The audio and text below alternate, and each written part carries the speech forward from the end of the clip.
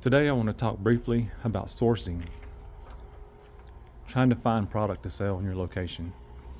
Now, in different industries, there's different ways to source different items. At the end of this video, I'll share with you some ideas and some places that you can actually source some of these items from. But when you're deciding on creating a business and beginning to get your product in, you have to make a decision as to what products you want to carry, and also the amount of money that you want to spend on products. As you can see here, we have a variety of different products here. We're about to get more items in to fill in our holes we sell off our floor.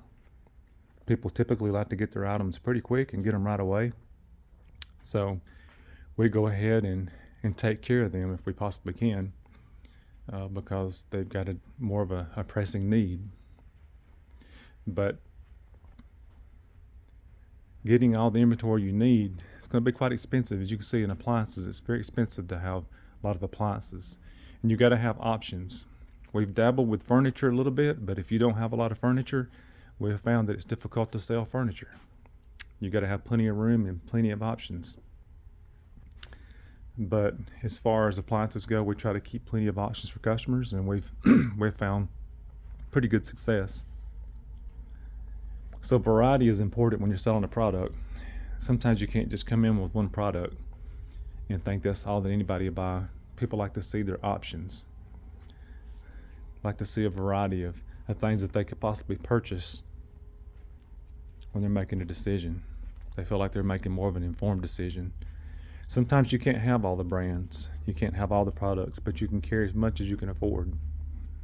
And you begin to decide over time, as you're in operation, what products you need to get rid of, sell it, get rid of it, so that you can make room for the product that you are selling. So I encourage you to really think about where you're going to source this. It's not always easy to find places to source some of the things that you're looking for. We're still working in our place. We're adding a display, a cafe display, and we're going to add more displays along that wall. So we're still sourcing. We primarily sell Tempur-Pedics and Sealy's in this location. So, sourcing, where can you find these things? We use a company in the appliance industry called Nationwide, and they have a lot of companies that work with them to give you contact and sourcing. It's a group, and they're associated with many people like ourselves and many vendors. So they're able to bring a lot of information to you, a lot of product to you at wholesale costs, so that you can be profitable with your business and be competitive with your larger big box stores.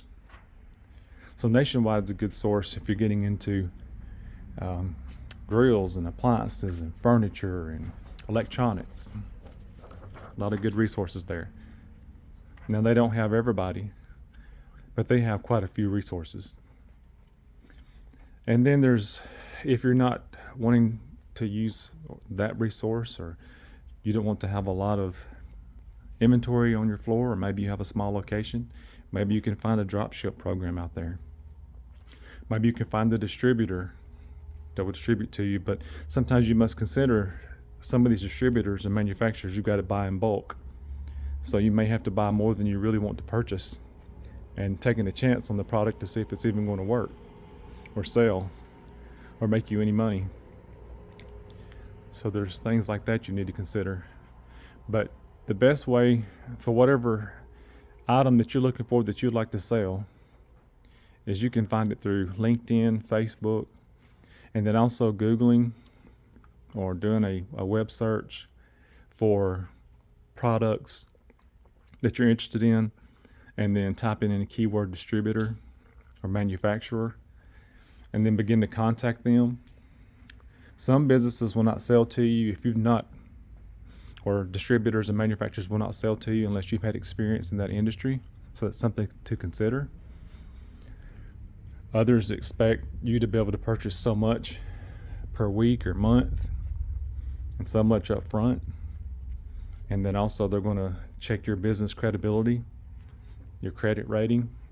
So be prepared for a lot of questions. And then you got to determine how you're going to pay for everything once you've decided on the source. Alibaba is a very popular source for a lot of people sourcing some products to sell. Also, ThomasNet is another one that you can utilize for sourcing.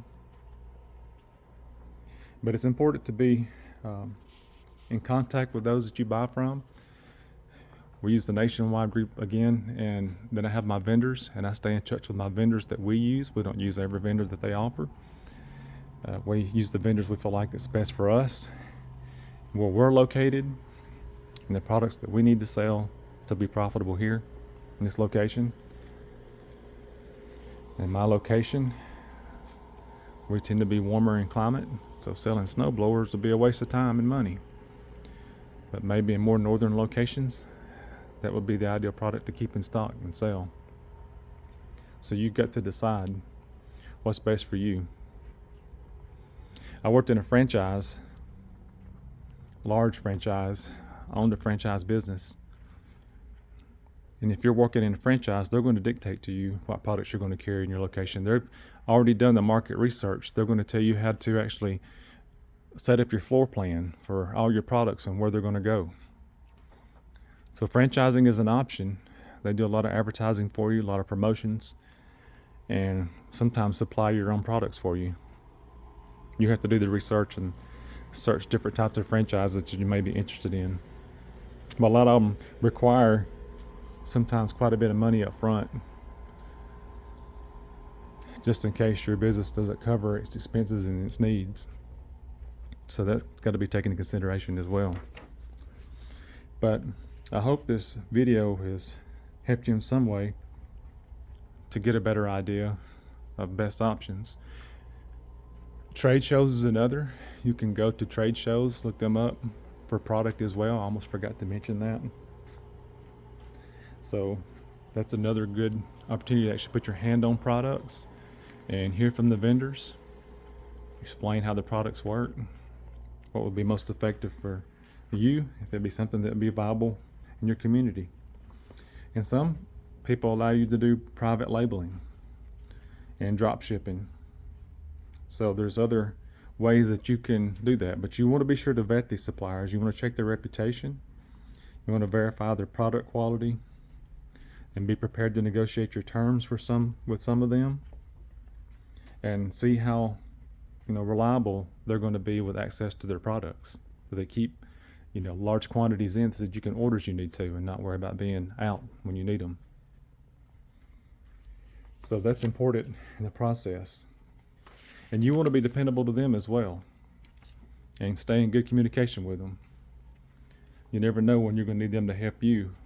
Say you get a product in, doesn't work, or it's damaged, then you need to maintain a good relationship with them so that they can take care of you as quickly as possible and get you credit for damage, or full credit for an item that's completely destroyed, maybe through shipping.